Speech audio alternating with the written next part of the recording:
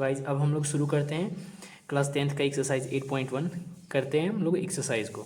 तो इसी एक्सरसाइज का फर्स्ट क्वेश्चन क्या कह रहा है, एक्सरसाइज का फर्स्ट क्वेश्चन कह रहा है in triangle A B C, in triangle एक ट्राइंगल है जो ए बी सी है, राइट एंगल एट बी, यानी कि बी पे क्या है, राइट एंगल है, जहाँ पे बी ए बी बराबर कितना दिया हुआ है 24 सेंटीमीटर एंड बी सी बराबर क्या दिया हुआ है 7 सेंटीमीटर।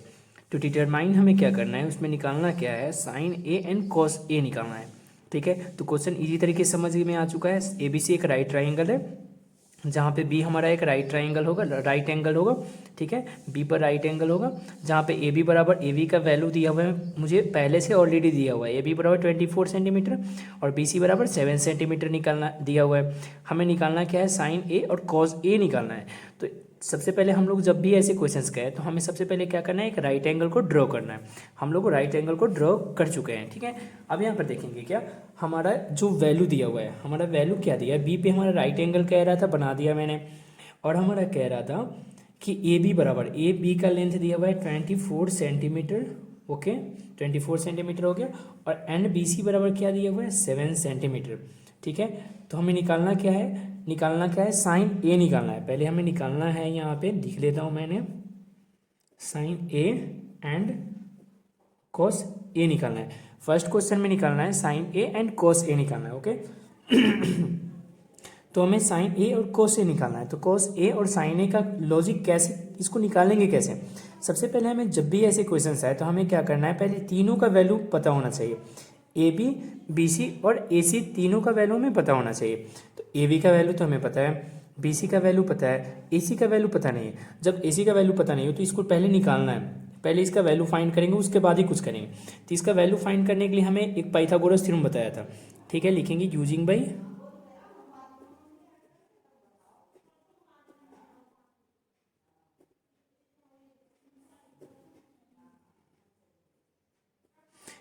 Pythagoras theorem. ठीक है, पाइथागोरस थ्योरम को यूज करके हम लोग निकालेंगे। तो पाइथागोरस थ्योरम क्या बोलता है, ए सी स्क्वायर बराबर, पाइथागोरस थ्योरम ये कहता है कि ए सी स्क्वायर जो होता है हमारा ए बी का स्क्वायर जो बी सी का स्क्वायर होता है। ठीक है, तो ए सी स्क्वायर हमारा कितना है, ए सी स्क्वायर तो निकालना है, ए बी का वैल्यू कितना है 24 का whole square plus B C का वैल्यू कितना है 7 का होल स्क्वायर। तो ए सी बराबर हमारा, ए सी का स्क्वायर बराबर कितना होगा, 24 का स्क्वायर कितना होगा 576 एंड 7 का स्क्वायर कितना होता है 49। गाइज आप लोग को कम से कम ये स्क्वायर और क्यूब रूट कम से कम आप लोग को 1 से लेकर, स्क्वायर रूट आपको 1 से लेकर 30 तक और क्यूब रूट 1 से लेकर 10 तक याद होना चाहिए। ठीक है, ताकि इससे आप लोग को स्क्वायर एंड स्क्वायर रूट, ताकि इस चैप्टर को आप इजी तरीके से कर सको। ये आप लोग अगर याद नहीं कर रखें तो आपको याद भी करना है, और जल्दी से जल्दी कर ले ताकि आप लोग को एक्सरसाइज में कहीं दिक्कत ना हो। ठीक है, अब यहाँ पे स्क्वायर हटेगा तो इस पर क्या होगा, अंडर रूट चढ़ जाएगा। तो ए सी बराबर क्या होगा हमारा, रूट अंडर 576 प्लस 49। ठीक है, अब इस दोनों को ऐड करेंगे तो ए सी बराबर क्या होगा हमारा, इस दोनों को ऐड करेंगे तो 625 आएगा, रूट अंडर का 65, 665 आ गया। अब 625 का स्क्वायर रूट कितना होता है हमारा 25 होता है। तो इस तरह से हमारा ए सी का वैल्यू कितना आ गया 25। तो यानी हाइपोटेनस भी हमारा निकल चुका है, कितना आ गया 25।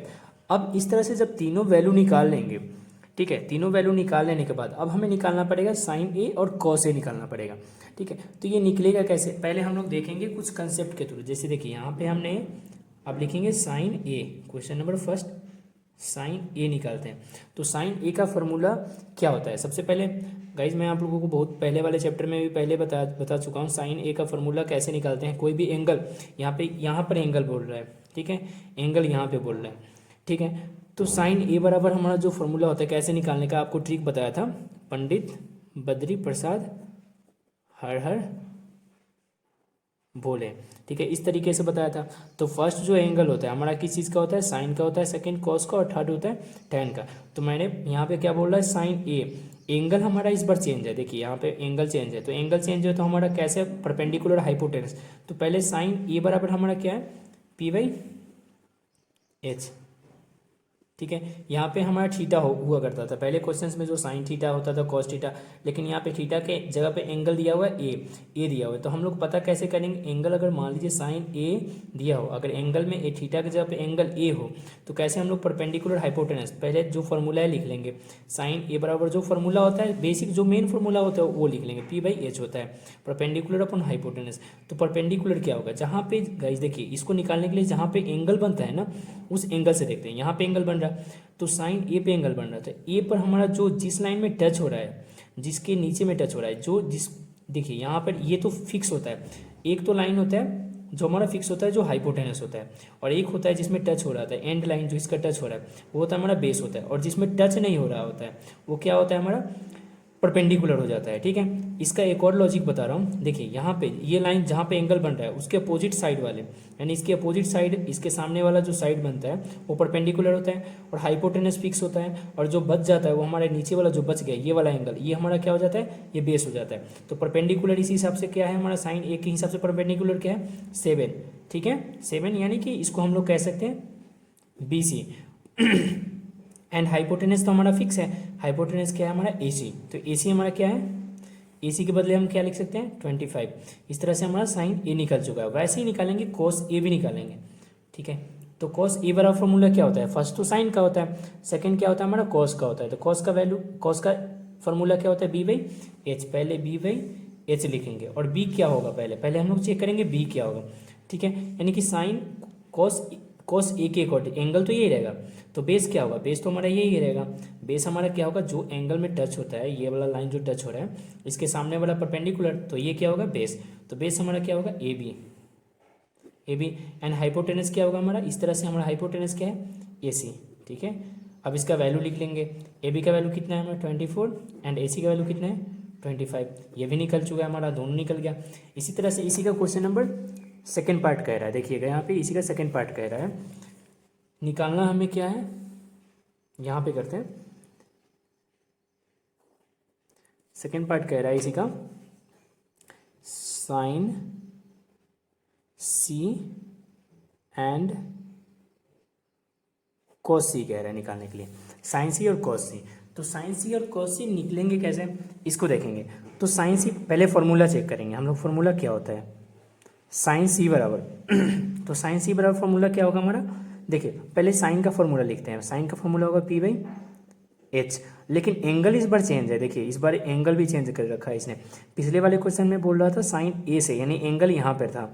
ठीक है, इस बार थीटा कहाँ पे है, यानी थीटा यानी मीन्स एंगल कहाँ पे है, C पे है, तो C पे बोल रहा है, तो इसके अपोजिट साइड वाले, यानी C के अपोजिट साइड वाला क्या होगा ये, यानी कि ये क्या होगा हमारा C के अपोजिट साइड, या सामने वाला साइड क्या होगा परपेंडिकुलर, ये तो परपेंडिकुलर होगा, और इसके जो नीचे वाला जो टच होता है बेस में, जिसमें टच हो रहा है, ठीक है, ये वाला लाइन, यानी कि इसके साथ में जो लाइन लग रहा है वो क्या होगा हमारा बेस, और एक तो हमारा हाइपोटेनस जो फिक्स ही होता है, यानी AC हमारा हाइपोटेनस है। तो इस तरह से हमारा परपेंडिकुलर क्या होगा, C के सामने वाला क्या है हमारा AB, तो AB हमारा क्या हो गया परपेंडिकुलर, और हाइपोटेनस क्या है हमारा, हाइपोटेनस ऑलरेडी फिक्स है AC, तो AB का वैल्यू कितना है हमारा 24, एंड AC का वैल्यू कितना है, AC बराबर 25 हो गया। ओके, वैसे ही हमारा इसका भी वैल्यू आ गया। अब निकालेंगे cos C, तो cos C बराबर क्या होगा, cos C बराबर पहले फॉर्मूला देखेंगे, BY क्या होता है H, BY/H लिख लिया। अब इसमें बेस कौन होगा, देखिए यहाँ पे, तो बेस होगा हमारा जो लाइन जो हमारा टच हो रहा है, एंगल तो यही है, तो लाइन हमारा यहीं पे टच हो रहा है ना, ये देखिए यहाँ पे एंगल बन रहा है, जो इसके साथ का लाइन होता है उसी को क्या कहते हैं बेस, यानी बेस क्या हो गया हमारा BC, और इसका उसके बाद हाइपोटेनस तो फिक्स है AC ऑलरेडी, तो AC का ऐसे ही रहने देंगे। ठीक है, अब इनका वैल्यू क्या है, BC का वैल्यू है हमारा 7, एंड AC का वैल्यू कितना है 25। इस तरह से हमारा दोनों का वैल्यू निकल गया। ठीक है, तो गाइस इस तरह से हम लोग ऐसे क्वेश्चंस कोई भी होंगे इसी तरीके से हम लोग उनका वैल्यू फाइंड करेंगे। सबसे पहले क्या करेंगे, उनका जो जिनका वैल्यू नहीं दिया होगा उनको पहले निकालेंगे, या तो परपेंडिकुलर का होगा या तो बेस हो सकता है, या तो हाइपोटेनस हो सकता है। इन तीनों का वैल्यू फाइंड करने के बाद हमें क्या करना पड़ेगा, एंगल्स की वैल्यू निकालनी पड़ेंगे उनके अकॉर्डिंग जो दे रखा है, जैसे साइन A दे रखा है, साइन B, साइन C, या फिर cos A, cos tan A, कुछ भी दे रखा है, उनके अकॉर्डिंग हम लोग उसके जो वैल्यू होंगे उनको फाइंड करके इस तरह से आंसर निकाल सकते हैं। अब गाइस देखते हैं इसी तरह से क्वेश्चन नंबर 2। गाइस इसी तरह से हम देखते हैं क्वेश्चन नंबर 2। क्वेश्चन नंबर 2 8.1 का क्वेश्चन नंबर 2 क्या बोल रहा है कि इन फिगर 8.13 यानी इन फिगर में देखेंगे 8.13 फिगर में देखेंगे, बोल रहा है find tan p minus cot r। इसमें बोल रहा है tan p और कॉट r निकालना है, लेकिन इस क्वेश्चन में कुछ चीज़ दिए हुए हैं, कुछ नंबर्स कुछ वैल्यूज़ हमारा पहले से ऑलरेडी दिया हुआ है, ठीक है, फिगर भी दी हुई है। तो पी क्यू बराबर हमारा 12 दिया हुआ है एंड पी आर बराबर 13 दिया हुआ है, ऑलरेडी ये वैल्यू दिए हुए हैं। निकालना क्या है हमारा, क्यू आर पहले निकालेंगे, उसके बाद हम क्या करेंगे टैन पी और कॉट आर को क्या करेंगे, जो वैल्यू आएंगे उनको सब्ट्रैक्ट कर देंगे। डेट्स इट, हमारा इस तरह से क्वेश्चन नंबर 2 भी निकल जाएगा। अब इस क्वेश्चन को करके देखते हैं कैसे निकलेंगे आंसर, ठीक है। तो हम लोग करते हैं, देखिए हम लोग इसको पहले से ड्रॉ कर रखें इस फिगर को, पी क्यू आर, जहाँ पे क्यू एक क्या है राइट ट्राइंगल है, पी क्यू बराबर वैल्यू दिया हुआ है और पी आर बराबर भी कुछ वैल्यू दिए हुए हैं। हमें फाइंड क्या करना है, पहले क्यू आर फाइंड करना है, ठीक है। तो क्यू आर को फाइंड करने के लिए हमें क्या यूज़ करना पड़ेगा, पाइथागोरस थ्योरम यूज़ करना पड़ेगा, ठीक है। पाइथागोरस थ्योरम क्या कहता है, पी आर स्क्वायर बराबर यानी हाइपोटेनस का स्क्वायर, पी आर यानी हाइपोटेनस का स्क्वायर बराबर परपेंडिकुलर स्क्वायर, परपेंडिकुलर क्या है हमारा पी क्यू परपेंडिकुलर है और बेस क्या है हमारा क्यू आर, यानी परपेंडिकुलर का स्क्वायर जोड़ बेस क्या है हमारा क्यू आर का होल स्क्वायर, ठीक है, क्यू आर का होल स्क्वायर। अब देखिए यहाँ पर पी आर का वैल्यू हमारा ऑलरेडी दिया हुआ है 13 का स्क्वायर, जो वैल्यू दिया है उसको पुट करेंगे। देखिए पी आर के बदले कितना, पी आर का वैल्यू कितना हुआ है 13 लिख दिया।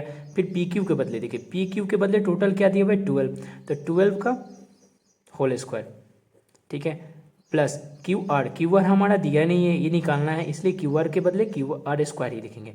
अब देखिए 13 का स्क्वायर कितना होता है 169 बराबर 12 का स्क्वायर कितना होता है 144 प्लस क्यू आर का होल स्क्वायर। अब ये प्लस में तो इधर आएगा तो माइनस में हो जाएगा, तो 169 माइनस 144 बराबर क्यू आर का स्क्वायर। अब यहाँ से स्क्वायर हटेगा तो अंडर रूट चढ़ जाएगा, तो हमारा सीधा यहाँ पे क्यू आर को इधर लेके आ जाते हैं, बराबर इसको उठाकर इधर ले आते हैं, तो हमारा क्या होगा अंडर रूट पहले ही चढ़ा देंगे 169 माइनस 144, क्योंकि स्क्वायर हट चुका है तो हमारा क्या चल गया अंडर रूट, और इसको एक्सचेंज कर लिए, इसको पार्ट्स को एक्सचेंज कर लिए टोटल को, ठीक है। तो क्यू आर बराबर क्या हो गया हमारा, इसको घटाएंगे तो रूट अंडर 25 आएगा, राइट, और 25 का स्क्वायर रूट क्या होता है हमारा 5। इस तरह से क्यू आर बराबर क्या आ गया हमारा 5, यहाँ भी वैल्यू लिख लेंगे। अब हमें देखिए यहाँ पर तीनों वैल्यू निकाल चुका हूँ। अब मैंने क्या बताया था, जब तीनों वैल्यू निकल गया उसके बाद हम लोग जो क्वेश्चन में कह रहा है उसको फाइंड करेंगे। अब यहाँ पे क्वेश्चन में क्या कह रहा है tan p minus cot r निकालना है, वेरी सिंपल, बहुत ईजी है। हमें क्या करना है, पहले tan p माइनस क्या दिया हुआ कॉट r, ठीक है, ये निकालना है। तो पहले हमें निकालना क्या पड़ेगा tan p, निकाल लेते हैं tan p बराबर, पहले tan p बराबर फॉर्मूला क्या होता है, पंडित बद्री प्रसाद हर हर बोले, इस वाले ट्रिक से निकालेंगे, ठीक है। तो देखिए पंडित बद्री प्रसाद हर हर बोले, तो देखिए यहाँ पे मैं फिर से लिख बता रहा हूँ, पंडित बद्री प्रसाद हर हर बोले। तो देखिए यहाँ पे साइन, ये फर्स्ट वाला होता है साइन का होता है, सेकेंड कॉस का होता है, थर्ड क्या होता है टैन का। तो टैन बड़ा फॉर्मूला क्या होता है पी बाई बी, ठीक है, पंडित बद्री प्रसाद हर हर बोले, देखिए पी बाई बी हो गया। तो यहाँ पर देखिए एंगल हमारा क्या कह रहा है टैन पी, तो जिस एंगल पे कहता है उसी एक एंगल के अकॉर्डिंग हमें निकालना होगा परपेंडिकुलर कौन होगा और बेस कौन होगा।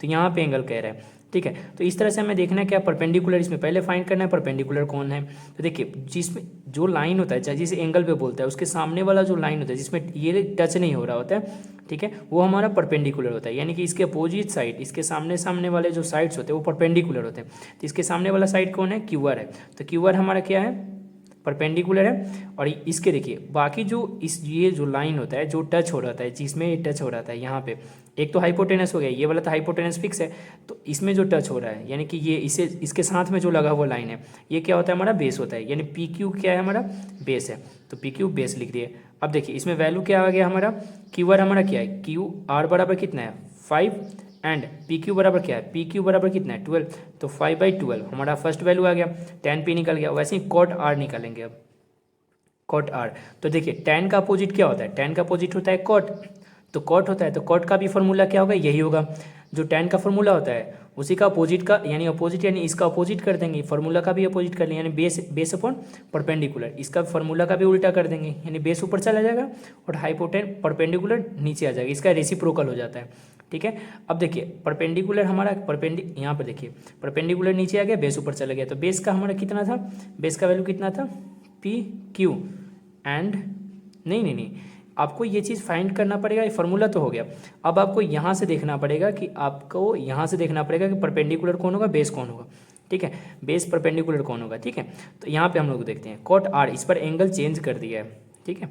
तो कॉट आर से तो ये हमारा जो देखिए यहाँ पे जिस जो लाइन से टच हो रहा होता है, ठीक है, उसके साथ वाला लाइन होता है बेस होता है, यानी कि ये क्या है हमारा बेस है, ये लाइन क्या है हमारा बेस है, यानी कि क्यू आर है। देखिए यहाँ पे क्यू आर क्या है हमारा बेस हो गया, तो क्यू आर को हम लोग बेस लिख दिया और उसके बाद परपेंडिकुलर लिखना है नेक्स्ट। तो इसके सामने वाला जो लाइन जिसमें टच नहीं हो रहा होता है ये लाइन, उसके सामने वाला, इसके सामने से सामने वाला जो लाइन होता है वो क्या होता है हमारा परपेंडिकुलर होता है। तो परपेंडिकुलर हमारा कितना है पी क्यू, लिख लेते हैं पी क्यू, डेट्स इट, हो गया हमारा।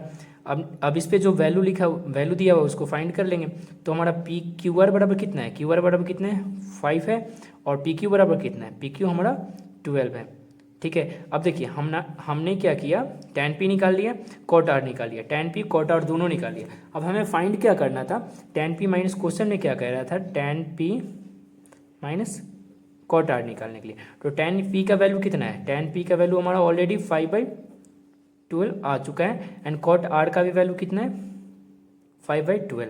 इस तरह से दोनों आ गया। अब इन दोनों को सब्ट्रैक्ट कर देंगे सिंपल, तो 12 कैल्शियम 12 हो जाएगा, 5 12 1 जा 12, तो 5 1 जा 5, 1 टाइम्स में 12 1 जा 12, तो 5 1 जा 5, अब 5 में से 5 जाएगा 0/12 बराबर 0, हो गया आंसर। इस तरह से हम लोग आंसर ऐसे निकाल सकते हैं इजी तरीके से, ठीक है। इस तरह से हमारा एक्सरसाइज 8.1 का क्वेश्चन नंबर 2 भी क्लियर होता है, ठीक है। अब गाइस करेंगे हम लोग नेक्स्ट क्वेश्चन नंबर 3 करेंगे, ओके।